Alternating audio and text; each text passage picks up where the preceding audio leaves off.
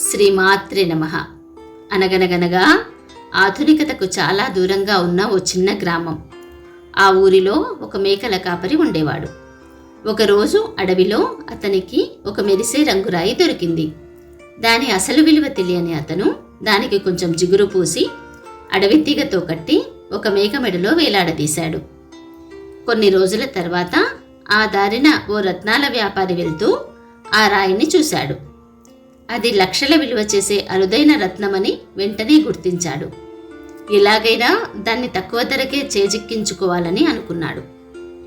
ఈ మేకను నాకు అమ్ముతావా? 5,000 రూపాయలు ఇస్తాను అన్నాడు. అసలు మేక ధర 2,000కు మించదు. ఒక్కసారిగా 5,000 రూపాయలు రావడంతో ఆ వ్యాపారి ఆనందంగా మేకను ఇచ్చేశాడు.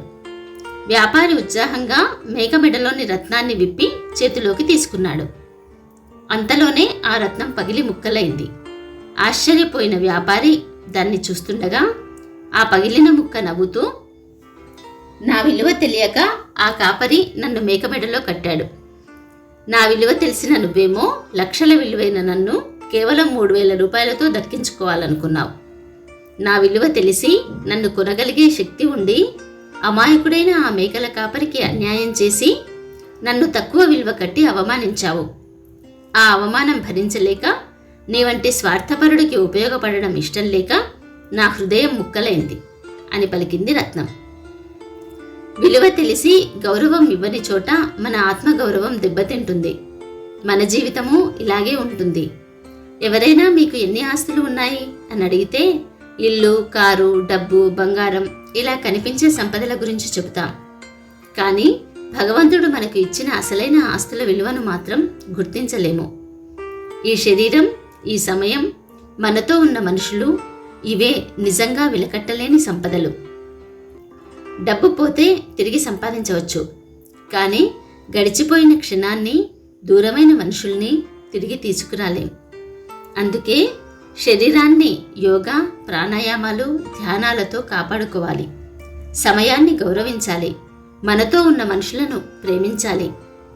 మన ఎదుగుదలలో తోడ్పడిన తల్లిదండ్రులు, గురువులు, స్నేహితుల పట్ల కృతజ్ఞతతో ఉండాలి. బలిచక్రవర్తి యజ్ఞం చేస్తున్న సమయంలో దానం అడగడానికి వామనుడు వచ్చాడు. అప్పుడు శుక్రాచార్యుడు, ఇతను సాధారణ బ్రాహ్మణుడు కాదు, స్వయంగా శ్రీహరి. నీవు దానమిస్తే నీ సర్వస్వం పోతుంది, ఇవ్వకు అన్నాడు. కానీ బలిచక్రవర్తి చిరునవ్వుతో, ఆదిన్ శ్రీసతి కొప్పుపై తనువుపై మర్యాదంజందు కరంబు క్రిందగుట మీదైనం గరంబుంట మేల్గాదే రాజ్యము గీజ్యము సతతమే కాయంబు నాపాయమే అన్నాడు. ఆస్తి కన్నా ధర్మానికి, ప్రాణం కన్నా మాటకు, సంపద కన్నా దానగుణానికి విలువనిచ్చాడు.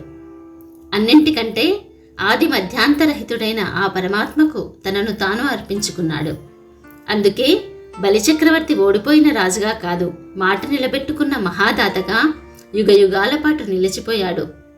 ఈ శరీరము, సమయము, సంపదలు అన్నింటిలో అంతర్యామిగా ఉండి మన జీవితాన్ని నడిపించే ఆ శక్తి స్వరూపమైన పరమాత్మను గుర్తించడం, నిరంతరం ఆయన శరణు వేడడమే ఈ జన్మకు మనమిచ్చే అసలైన విలువ. ఏమంటారు? జై శ్రీరామ్. ఇలాంటి మరిన్ని మంచి కథల కోసం లైక్, షేర్ అండ్ సబ్స్క్రైబ్.